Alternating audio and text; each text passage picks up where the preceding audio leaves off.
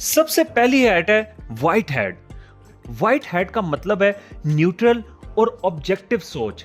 जब आप ये टोपी पहनते हो, आप सिर्फ फैक्ट्स और नंबर्स पे ध्यान दोगे, इमोशंस पर नहीं। एग्जाम्पल अगर लें तो अगर एक कंपनी डिसाइड कर रही है कि नया प्रोडक्ट को लॉन्च करना है या नहीं, तो व्हाइट हैट के अंडर वो सिर्फ डाटा देखेंगे। मार्केट साइज क्या है, डिमांड कितनी है और कंपेटिटर्स का स्टेटस क्या है। दूसरी हैट की बात करें जो है रेड हैट। रेड हैट कहते हैं कि आपको अपने इमोशंस एक्सप्रेस करने का मौका। यहाँ लॉजिक इंपॉर्टेंट नहीं है, बस आपको क्या फील हो रहा है ये इंपॉर्टेंट है।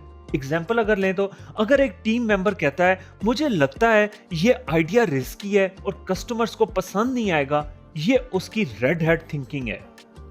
नंबर 3 हैट की बात करें जो है ब्लैक हैट। ब्लैक हैट का रोल है रिस्क और नेगेटिव पॉइंट्स हाईलाइट करना।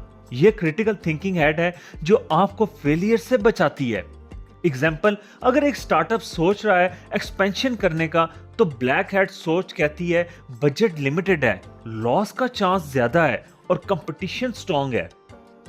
येलो हैट की बात करें तो पॉजिटिविटी और ऑप्टिमिज्म।